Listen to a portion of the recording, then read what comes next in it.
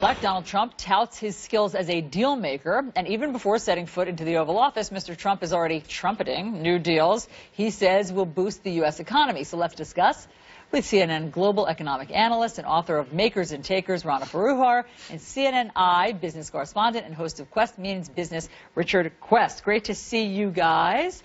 Okay, so let's talk about some of these deals. You guys, let's dive into it, and you guys can tell me what these really mean. Donald Trump tweeted yesterday about Boeing, and they are making a new Air Force One or two new Air Force Ones. Boeing is building a brand new 747 Air Force One for future presidents, but costs are out of control. More than $4 billion. Cancel the order. And I just want to pull up very quickly, Boeing's stock dropped. Moments after that, you see that dip right there. That was at 9:37 a.m. minutes after he put out a tweet. Go ahead. This is exactly what people like Rana and myself said would happen if you start making policy on the hoof in such a fashion at 140 characters or less. And that's exactly what happened. Look, I could sit here and fulminate to my heart's content at the latest policy direction from the new president-elect, but all it would do is take me closer to a coronary. So instead, we've got to actually look at, are we being bamboozled by these announcements that we've done of the last 24 hours? I would say, in terms of the SoftBank announcement, which you've been talking about this morning. Okay, so that's the Japanese it's a Saudi technology and Asian conglomerate hedge fund of $100 billion to invest around the world. Does it pass the smell test? But he's going to do... Well, I think that we're going to be seeing a lot of deals with Asia, with state-run economies, because those economies are more used to working in societies in which government and private business are not separate. They kind of understand this whole one hand washes the other business, and I think that that's kind of what you're seeing. But if it creates... Is it good? No, I mean, it's 50,000 jobs. I mean, well, why would they create 50,000 U.S. There's jobs? a legitimate, let me just say, there's a legitimate argument to be made for SoftBank or for anybody to invest in U.S. technology. It's our most competitive industry. The Japanese in particular, frankly, haven't had a category killer since the Walkman, so, you know, they should be pouring money into U.S. tech. That's separate. What's concerning is, let's see the facts, you know. Where is this money going? It's coming in a very political way. That's what's worrisome.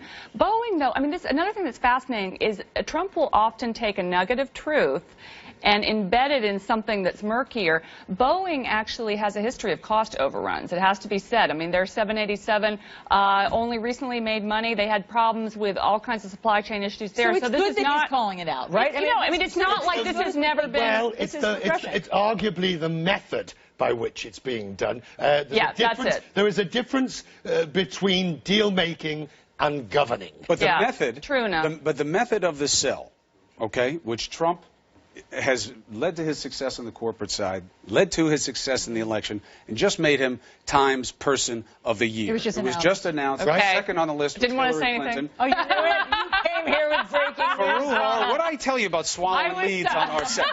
So there is the cover, Person of the Year, Time Magazine. It is hard to argue with the choice, Richard Quest. It's a great And photo. it is absolutely hard. It's impossible to argue with the choice. It's impossible to argue with what he's doing. And we shouldn't argue with it because he has been elected, which is why I come back to my point. We have to go with the smell test. And on this SoftBank, are we being bamboozled? Where's the money coming from? Is it real money? Will it be spent? How many jobs will be created? And we may not know the answer to that for another 6 months.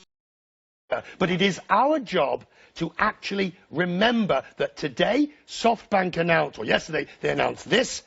Did it actually happen? And also, they really didn't announce it. A lot of this came from Trump. The details are very soft. But we do have cycles that are much more compressed than 6 months. The carrier deal.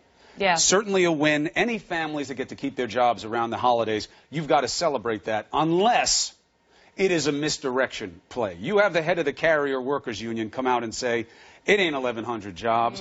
They're lucky if it's 800. It's probably less than that because of how they were playing with the numbers. And what you said to companies like Carrier all across this country is that you will pay them to stay, even if they're still sweating more jobs than they're going to keep. The whole idea of tax incentives to keep jobs in a particular state worries me because that's a race to the bottom. You know, it creates a competition in which states are going to be competing for more and more tax breaks. Now, listen, there's also an argument to be made for U.S. manufacturing. I mean, U.S. workers are very productive. You know, costs are not as high as they have been in the past. But Trump is not going to bring back U.S. manufacturing the way it was 20, 30 years ago. I mean, for starters, you go in any factory, and I grew up in Indiana. My dad worked in the manufacturing industry. You go in factories today, it's all robotics. You know, I mean, tech is taking a lot of jobs regardless of China, and that's really a bigger issue. And if you look at the Indiana case, if you look at Carrier, and you're right, it's almost impossible to criticize it when in the holiday times there's 1,000 or whatever many families will have a good Christmas as a result of this. But you are left with saying the government has now moved into the position of picking winners and losers. And there's a very strong reason why historically they don't do it, because it doesn't work and it creates anomalies and distortions in the economy. Richard, Rana, thank you very much. Great to have you.